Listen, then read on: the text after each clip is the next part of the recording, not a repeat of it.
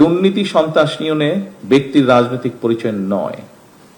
যে বা যারা অপরাধে লিপ্ত হবে তাকে আপনারা অপরাধী হিসেবেই বিবেচনা করবেন।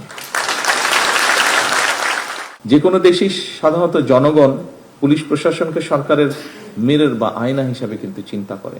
কারণ এই যে একটু আগে বললাম, মানুষ বিপদে পড়লেই আপনাদের কাছে প্রথমেই যায়, দুটো জায়গায় যায় মানুষ তার বিপদের টাইপ হিসাবে।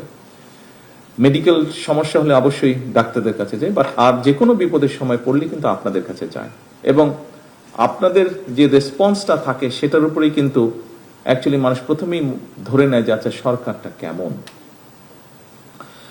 এবং সেজন্যই পুলিশ প্রশাসনকে সরকারের আয়না হিসেবে বিবেচনা করা হয়। সুতরাং পুলিশ প্রশাসন সফল হতে কার্যত সেটা সরকারের সফলতা হিসাবেই বিবেচিত হয়।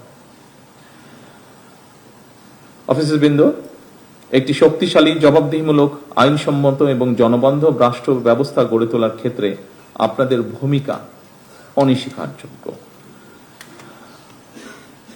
বর্তমান সরকার, গতকাল আমি বলেছি, এর আগেও বলেছি, মিনিস্টার সাহেব তার বক্তব্যে একটু আগে উল্লেখ করেছেন, সরকার দুর্নীতি, সন্ত্রাস এবং দুঃশাসনের বিরুদ্ধে আমরা আপোষ করতে চাই না, কম্প্রোমাইজ করতে চাই না। আমরা দুর্নীতি, সন্ত্রাস নিয়ন্ত্রণে অনেক সময় আমরা দেখেছি আপনাদেরকে একটা সমস্যার সম্মুখীন হতে হয়।